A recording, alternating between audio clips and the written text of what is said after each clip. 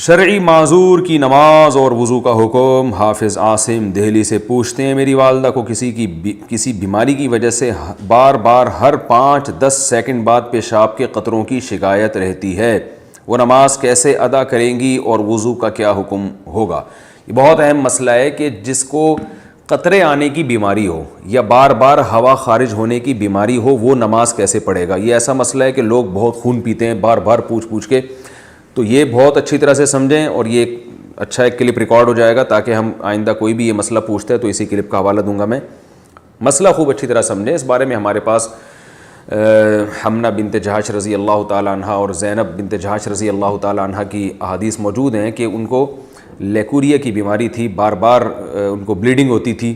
آپ صلی اللہ علیہ وسلم نے ان کو حکم دیا کہ وہ ہر نماز کے لیے وضو کریں گی اور اسی وضو سے وہ جتنی چاہیں نمازیں پڑھیں۔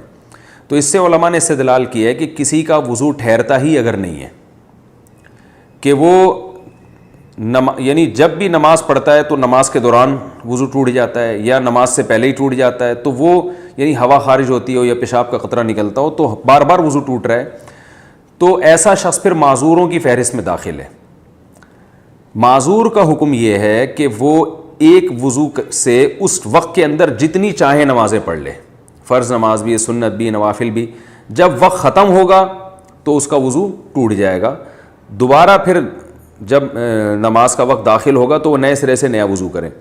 تو جو بیماری ان کو لاحق ہوئی ہے اس بیماری کی وجہ سے وضو نہیں ٹوٹے گا۔ جیسے کسی کو پیشاب کے قطروں کا مرض ہے تو ایسا معذور کا پھر پیشاب کا قطرہ نکل گیا تو وضو نہیں ٹوٹے گا، ہاں ہوا خارج ہوئی تو وضو ٹوٹ جائے گا۔ اور اگر کوئی ہوا کا مریض ہے، اور میری چونکہ تھوڑی سی مزاح کی بھی عادت ہے، ہمارے مدرسے میں کچھ طلبہ ایسے تھے جن کو کوئی بیماری تھی، وہ ان کی ہوا بہت خارج ہوتی تھی تو ان کو وہ الگ سے وہ نماز پڑھتے تھے، تو ہم نے مذاق میں ان کا نام رکھا ہوا تھا کہ یہ پاک فضائیہ انہوں نے جوائن کر لی ہے، ٹھیک ہے نا۔ تو جو بھی اس قسم کے معذور تھے نا، ہم ان کو یہی ایک وہ تانا دیا کرتے، تانا تو نہیں، ایک مزاح کرتے تھے کہ آپ جماعت سے نماز نہیں پڑھ رہے، آپ الگ نماز پڑھ رہے ہو تو خیریت؟ تو کہتا تھا یار میں بھی پاک فضائیہ میں آ گیا ہوں۔ تو یہ مزاح ہوتا تھا ان کے ساتھ، اس کو مزاح ہی سمجھیں، کچھ اور نہ سمجھیں۔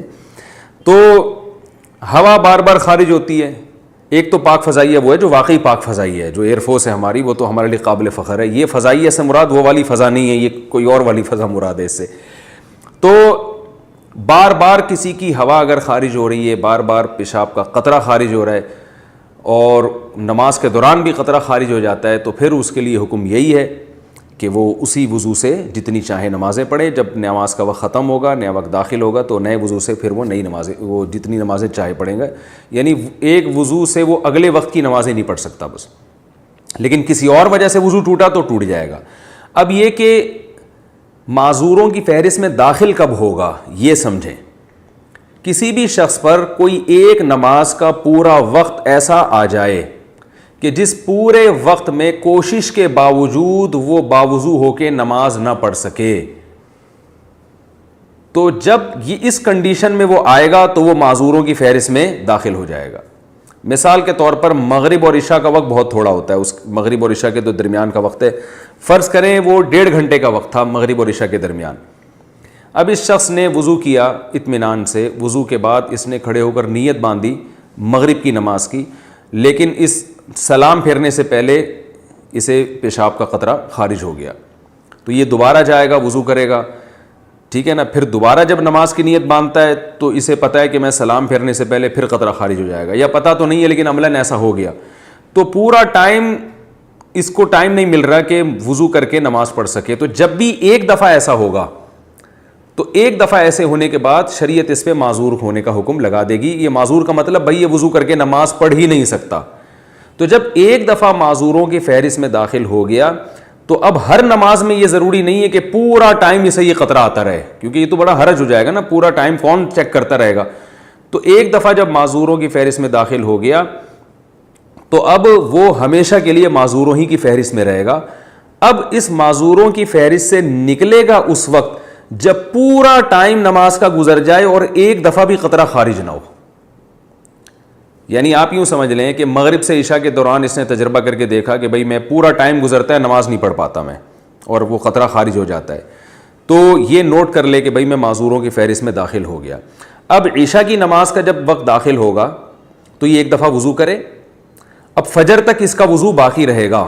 کسی اور وجہ سے ٹوٹ گیا تو الگ بات ہے, سونے سے ٹوٹ گیا یا ہوا خارج ہو گئی تو الگ بات ہے, لیکن اس کو جو معذوری ہے نا قطرہ نکلنے کی, اس قطرہ نکلنے سے اس کا وضو نہیں ٹوٹے گا. تو اب یہ نہیں کہ اب یہ عشاء سے لے کے فجر تک چیک کرتا رہے کہ ہر تھوڑی دیر میں نکل رہا ہے قطرہ. نہ, ایک دفعہ تو چیک کرنا پڑے گا اس کو کہ پوری نماز کے ٹائم میں قطرہ نکلتا رہتا ہے. لیکن جب ایک دفعہ یہ اس فہرست میں داخل ہو گیا تو اب پوری نماز کے ٹائم میں ایک دفعہ بھی اس کو پیشاب کا قطرہ آ گیا تو یہ معذور ہی رہے گا. یعنی معذور کی فہرست میں داخل ہونا تو مشکل ہے, داخل رہنا مشکل نہیں ہے. یہ خوب اچھی طرح سمجھیں, جب داخل ہو گیا تو اب داخل ہی رہے گا. اب یہ صحت مند لوگوں کے حکم میں اس وقت آئے گا جب پوری نماز کا ٹائم گزر جائے اور ایک دفعہ بھی اسے قطرہ خارج نہ ہو تو ہم کہیں گے اب یہ ٹھیک ہو گیا ہے, کیونکہ پوری نماز کے ٹائم میں ایک دفعہ بھی قطرہ خارج نہیں ہوا.